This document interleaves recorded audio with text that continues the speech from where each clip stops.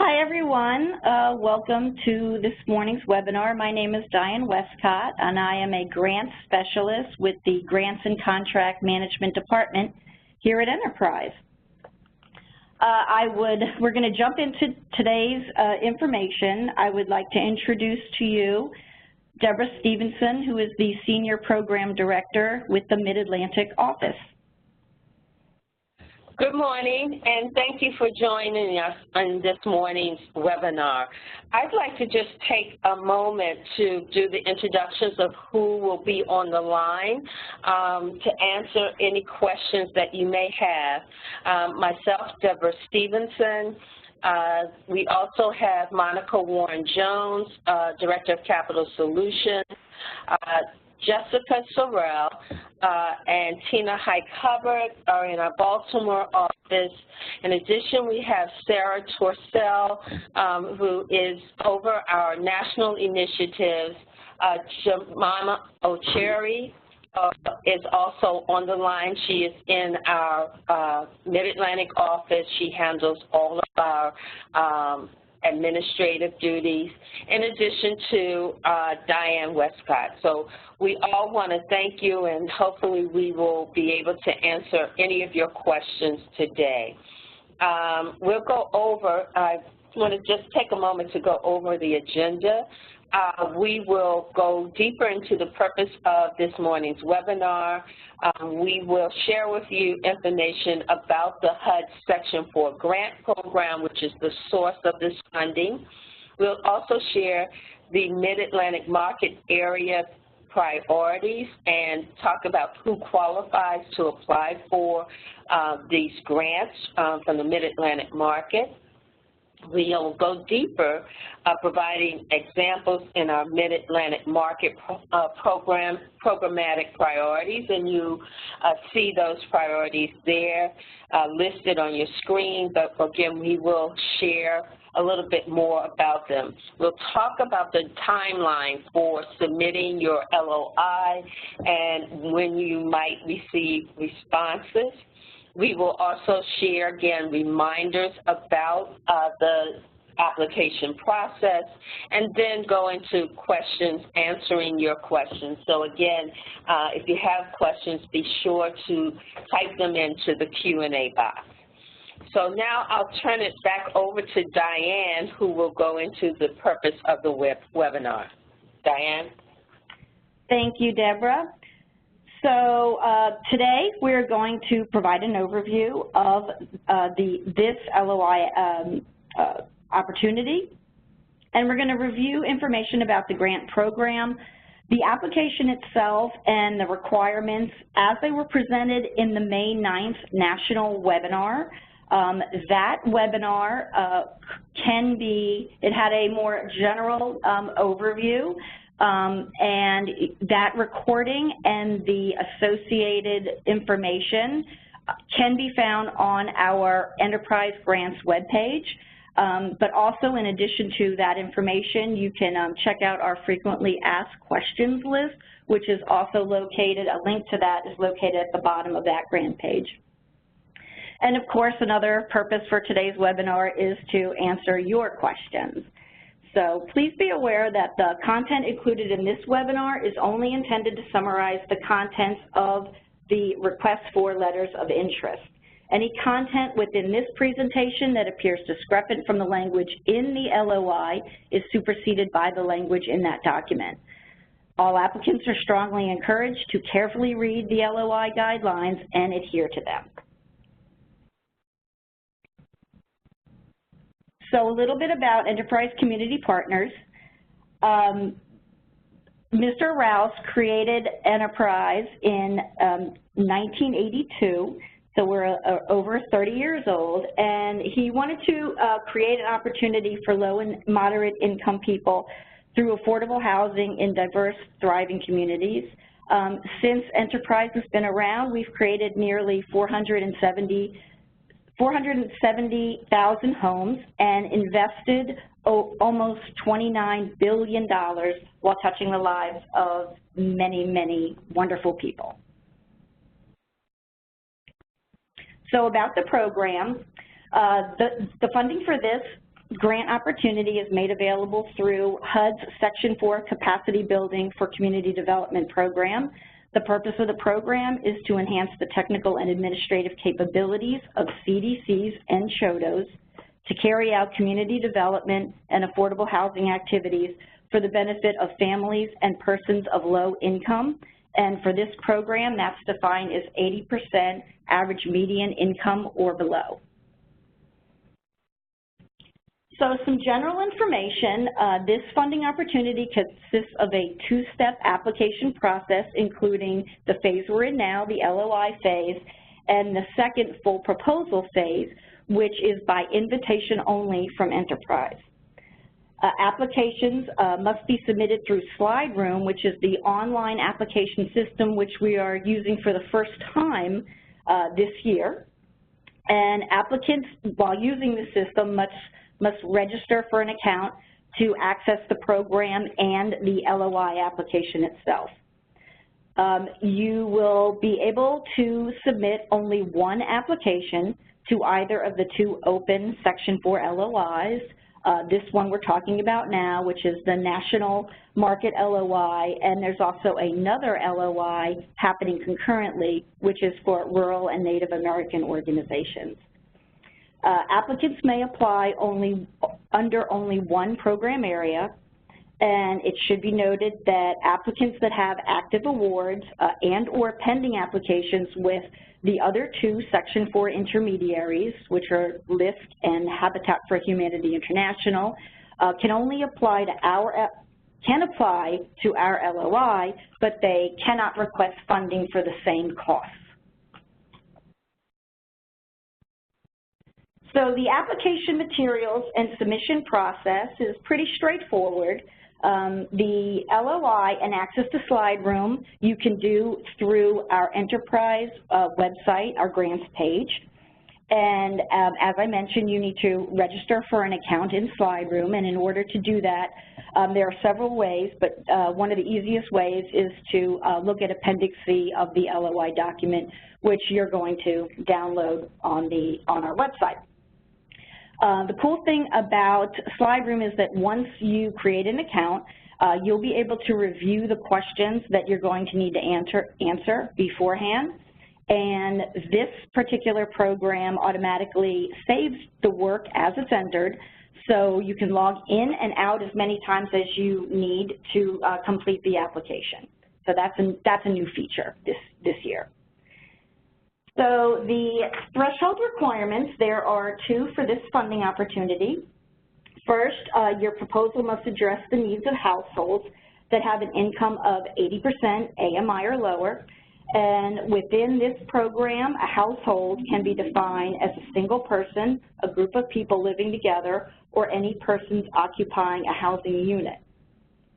And also, your organization must satisfy the eligibility requirements listed in Appendix A, and these include demonstrated staff capacity and or having an established relationship with an organization that could act as a fiscal agent or fiscal sponsor if you receive a grant. So more detailed information can be found on our website, again, the grants webpage, by viewing our video tutorial, and the link is right here. And you can also, while you're there, download the associated resource documents, which can be found on that page. And please note that applicants that do not meet both of the threshold requirements will not be able to be reviewed.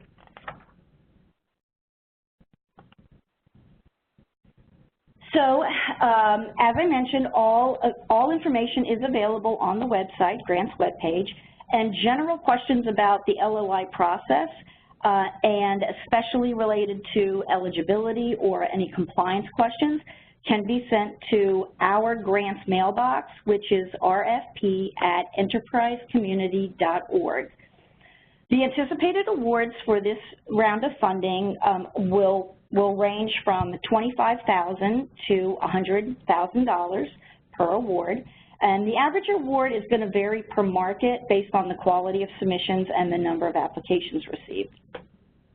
If you're awarded a grant, the period of performance may begin on July 1st of this year, and have a general duration, most of our grants, of 12 to 24 months.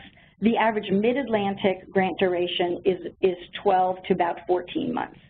And please note that the period of performance will be mutually agreed upon by enterprise and the grantee. So you're going to work together to come up with that period of performance that suits both parties.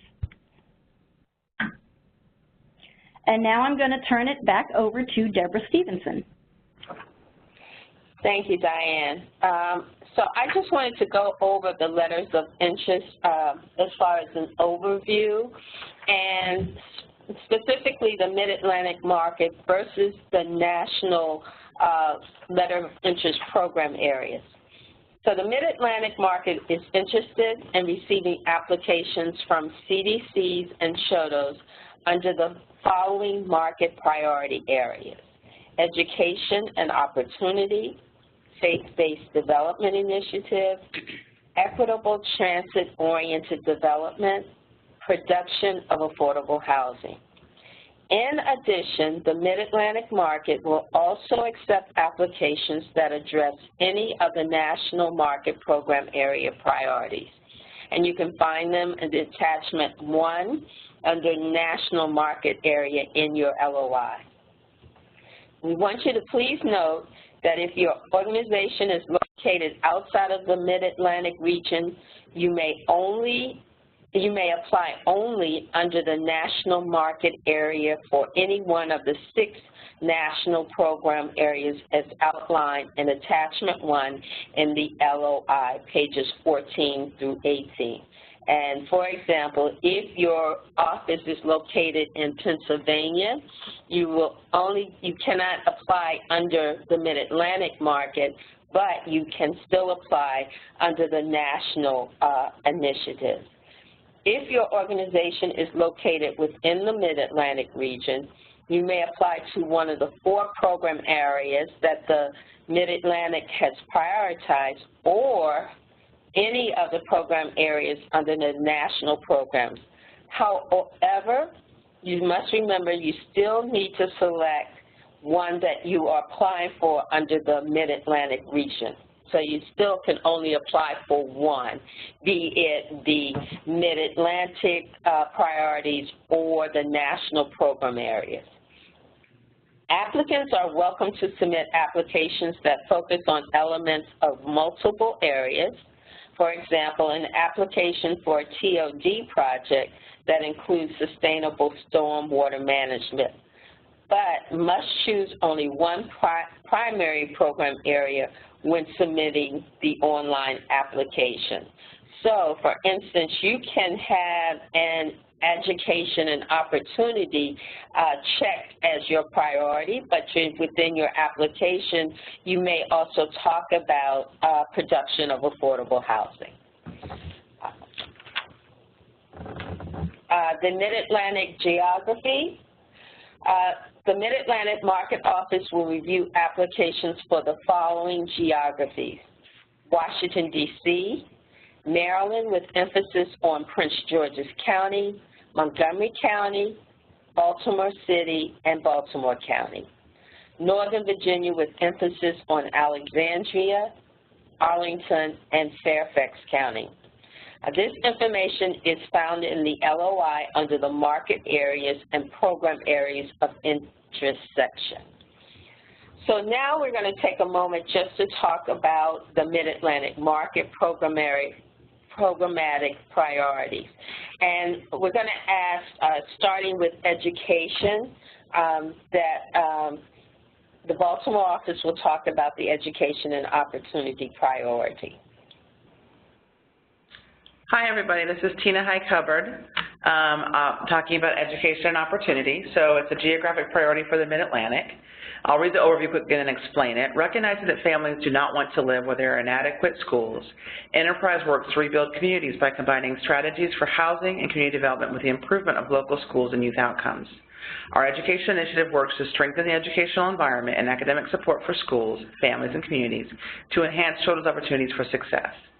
In conjunction with our community development partners, Enterprise is expanding our school-centered community revitalization efforts in order to build stronger schools and improve the life chances of children in the Mid-Atlantic region. So basically what that means is as you're doing your larger community development activities in your respective communities, we're looking for applications that will also reflect interest in changing the educational outcomes and creating opportunity for children inside your communities. If we go to the next slide, it talks about examples of that. So we gave 3 examples here. The first one is just to figure out your plans for what you want to do. If you actually wanted to conduct a strategic planning process or walk through with your team to figure out how do you actually begin to engage in education in your community, again, it has to be connected to your broader housing and community development goals. Lots of folks would love for us to support them or provide TA or grant assistance to them who are not doing community development, and that's not really what we're not an education organization. We are a housing organization that has an extension to creating opportunity in the area of education. So it's critical that whatever you're doing in education, it connects to your broader housing and community development goals. The second example is to actually provide the programming. So you could do community schools or after-school program or even home visiting in your community that would help create opportunity for your youth to begin to implement some of those things you've already planned for in your neighborhood. So some of our partners I know sponsor a community school strategy inside a school, and so therefore their resource center coordinators actually inside the school connecting families to the services that they provide at their own home organization. That's a clear connection between the community development outcomes and what's happening in a school. So that's an example of that. And lastly, something a bit unique to our market, we have 21st Century Schools Planning as an example, where we're helping community partners and residents engage in the school construction process, but also leveraging the new school building in the neighborhood to spur on additional housing development or other physical development in the neighborhood. It's a great opportunity to capitalize and leverage on the investments placed in our communities across the Baltimore city and sort of use these funds to help think how you connect the community to those opportunities or do planning around those schools. So the examples aren't just limited to these 3. These are good, solid examples of the types of work that you can do in the education opportunity realm.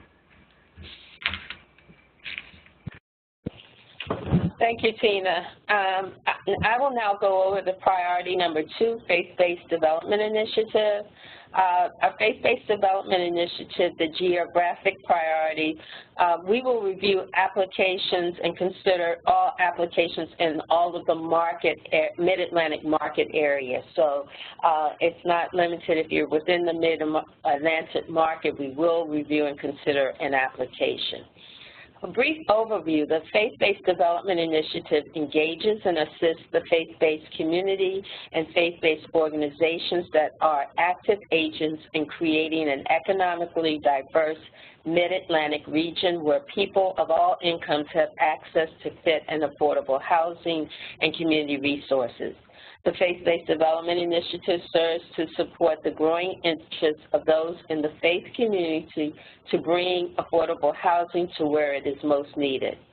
The initiative provides critical legal, capital, and training resources to help organizations develop underutilized real estate assets into affordable homes and other community facilities. I also want to point out that oftentimes there are nonprofit organizations that are not faith-based in origin, but who are partnering with faith-based organizations. In that case, we would encourage that the faith-based organization and if they have a CDC, that they can apply for the funding, or if you partner with them, we just want to make sure that it is faith-based in origin. So if you are considering working with a faith-based organization, that you give me a call and they'll let us talk it through. For examples of potential projects and initiatives, and this is more so the types of areas of activities that we look to fund under the Faith-Based Development Initiative. So we will fund activities or requests for board development of a faith-based CDC or CHODOs. So it's activities that build the capacity of a faith-based CDC or CHODO to perform the duties as a sponsor of an affordable housing or community facilities. training, technical assistance, and strategic planning are all eligible activities. We will also fund the hiring of professional consultants, activities that enable an affordable housing or community facilities development of the faith-based CDC or CHODO to progress through the pre-development phase. Examples include pre-development feasibility, zoning, and environmental suitability of the site. And lastly, program expansion.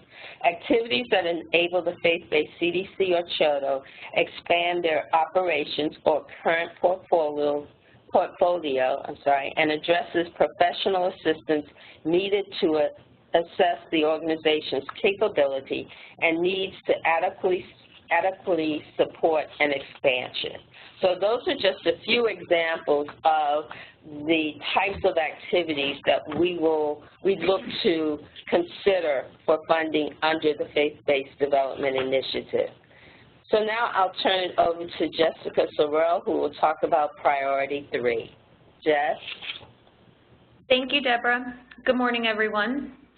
So for the equitable TOD category, as it relates to the geographic priority area, we will review and consider all applications that are applied for in the Mid-Atlantic region. We have a specific focus on applications that would be supporting activities in the planned Purple Line Light Rail Corridor, which is in Montgomery and Prince George's County, Maryland, as well as applications that relate to activities in Washington, D.C.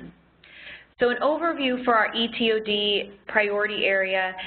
To set the context, low-income families spend an average of 60% of their gross income on housing and transportation costs. And as a market and nationally, we know that one of the most effective ways of reducing these expenses is preserving and producing affordable homes near public transportation. Enterprise's Mid-Atlantic office, as well as our national ETOD program, work together to expand the supply of affordable homes near existing and planned public transportation through capital deployment and programmatic initiatives.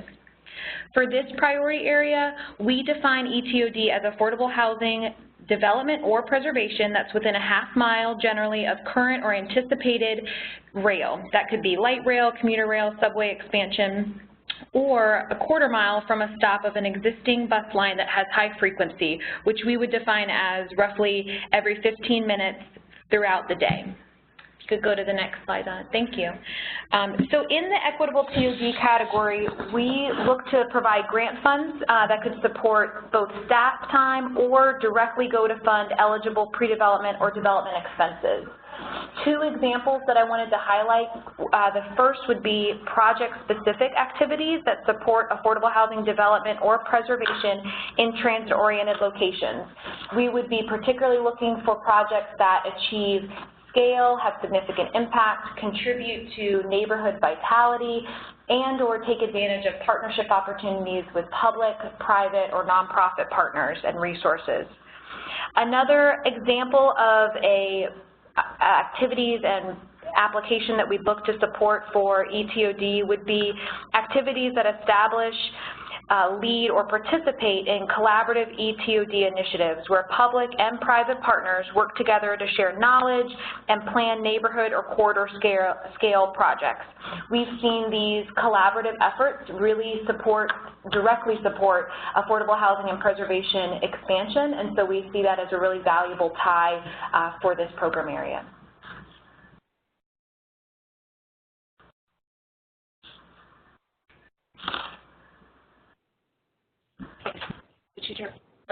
I'm sorry, you turned it over to me. Okay, so our last, good morning, I'm Monica Warren-Jones, Director of Capital Solutions for Mid-Atlantic Market. So this is our last priority area of the four. It's production of affordable housing, one which we see as one of our extremely important areas to focus on given the housing need in our market. So our geographic priority will review and consider all applications in the Mid-Atlantic market, with including Washington, D.C., Maryland, with an emphasis on Prince George's County, Montgomery County, Baltimore City, and Baltimore County, and then Northern Virginia with an emphasis on Alexandria, Arlington, and Fairfax County, basically those counties that are in the northernmost part of Virginia, which have some of the highest housing costs. So in terms of an overview, Enterprise has a long-standing commitment to building long-term sustainability of organizations that develop and manage affordable housing. And an integral component of creating great places to live is ensuring that these organizations have long-term sustainability. So examples of some of the next slide.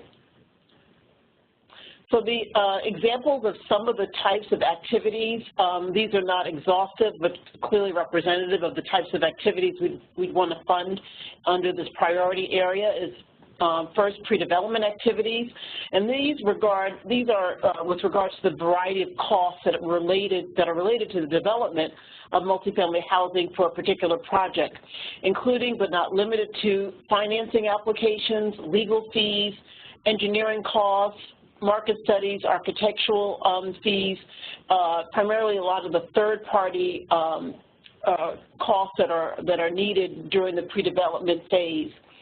The second major example is consultant fees, and these are costs associated with securing the appropriate professional resources that are directly necessary for a particular project to reach threshold. And these could be related to the closing of financing or completing construction. And then the other example is community facilities and or amenities. We are Enterprise is very concerned with the, what I like to call the adjacencies that are involved with affordable housing development. These are the types of things that folks need in order to kind of enhance their living experience in their unit themselves. So any activities associated with the development of community assets that enhance affordable housing in an under-resourced area or census tract. Examples would include efforts to alleviate food deserts, increase supply of educational seats.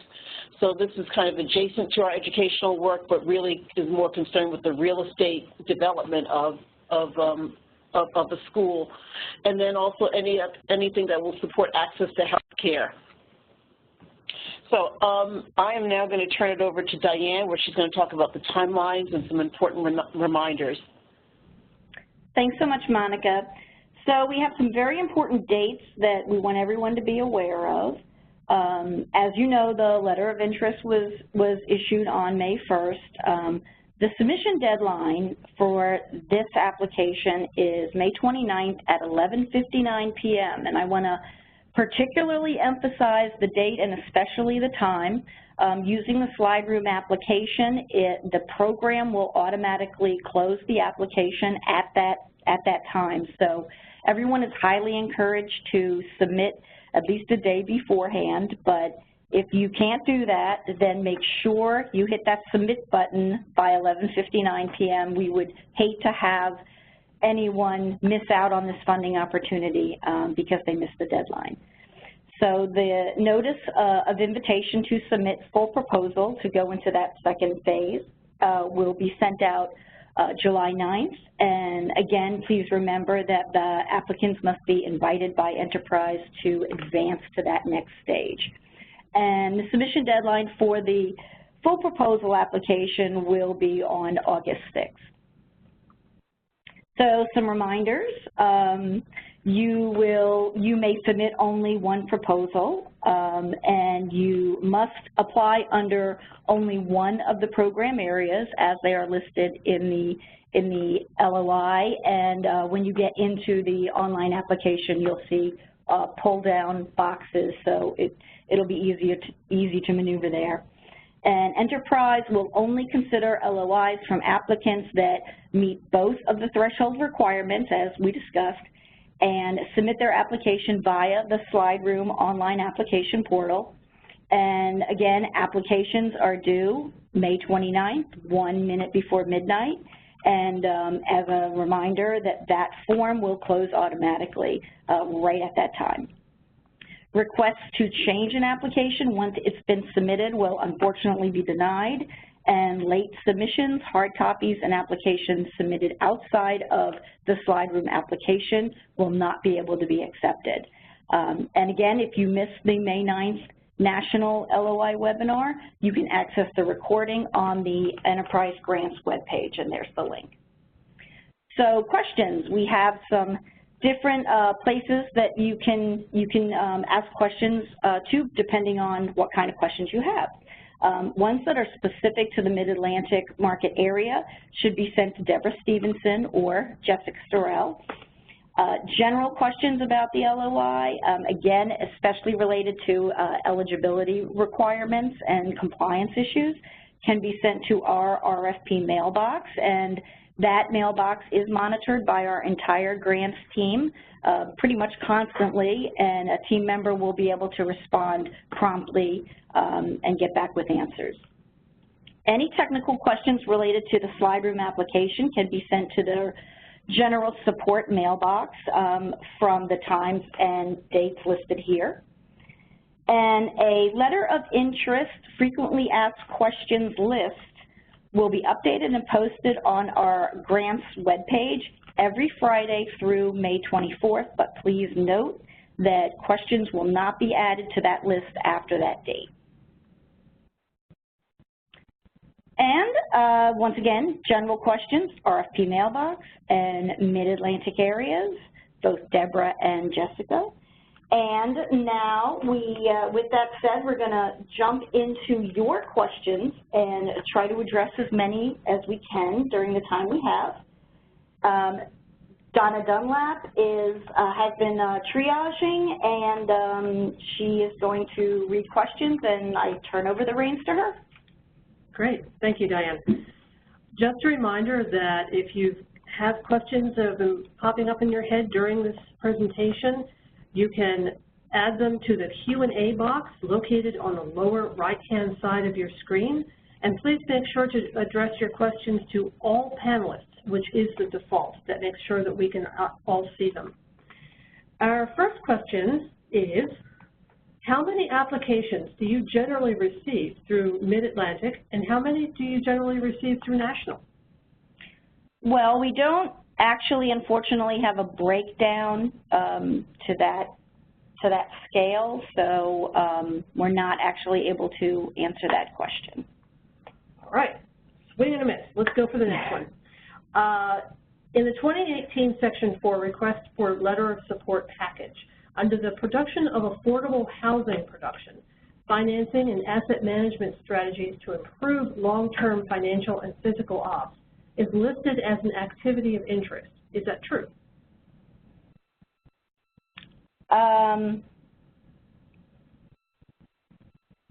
By package, I assume you mean the LOI document itself, which I do not have in front of me, but Kathy, you can, if you email the RFP mailbox, that way I can look into it and get back with the answer. Great.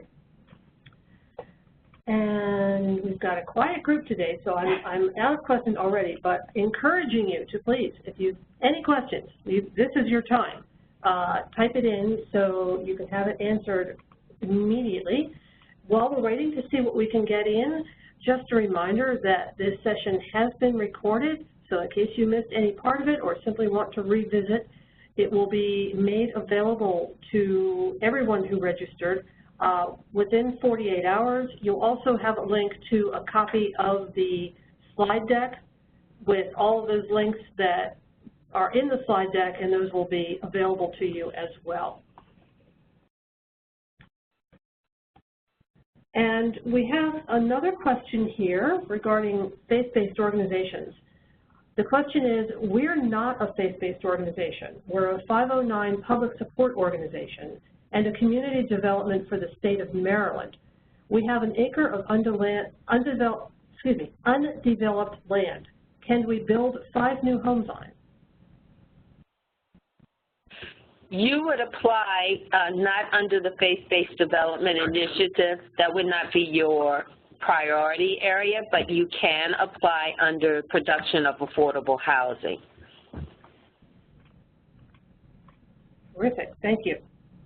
So that would be considered a pre-development activity. One of the ones that was highlighted as an example of activities funded under production.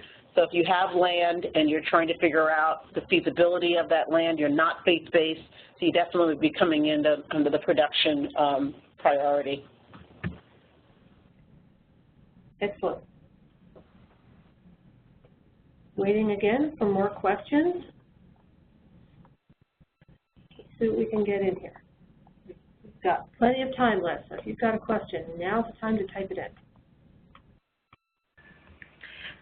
Donna and Diane, this is Jess in the Baltimore office. I was just going to say, is it possible for us with those first two questions, if we have additional detail that we could provide folks to include that in the FAQ that'll go out later this week? We could put some notes on, you know, Mid-Atlantic questions that came up. Absolutely. Okay, great. So just for folks to be aware that if we're able to circle back with any more clarity on the questions that were raised, we'll be sure to include them in that FAQ that gets posted by Friday and in the webinar notes. Yes. Thanks. Great. Great. Scanning for more questions.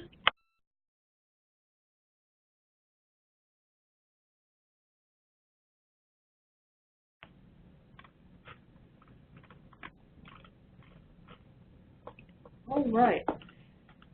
I see a couple of very specific questions that are probably ones that you're going to want to send into the RFP mailbox, very, you know, specific to a certain situation. So I would go ahead and send that into the RFP mailbox.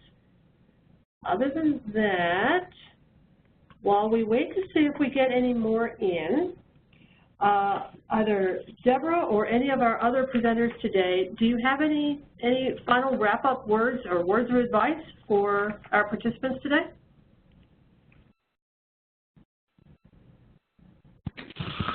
I don't know if, Sarah, if you had anything that you wanted to add in reference to the national program areas that you'd like to share today. No, I would just encourage folks to make sure they take a look at the National Initiative priorities as well. There are some new components that maybe folks didn't see last year, and that's mainly around resilience planning and culture and creativity. So I would just encourage folks, you know, if that's something that's interested to, you know, folks on the phone, that as Deborah said, that applications will be received in those areas too. So, you know, feel free to take a look at it, and then if you have questions after that, you can email the RFP mailbox or myself as well, and or Deborah can find me. But yeah, I just encourage folks to take a good look at all the priorities. Excellent, thank you. I'm not seeing any questions, so with that, I think I'm going to go ahead and close out today's webinar. I want to thank all of our presenters today, and as well as our participants, and I wish you the best of luck on your applications. Again, keep an eye out for an email with the recording and a link to the slides, and we hope to see you online at another webinar from Enterprise very soon. Goodbye. Bye. Thank you.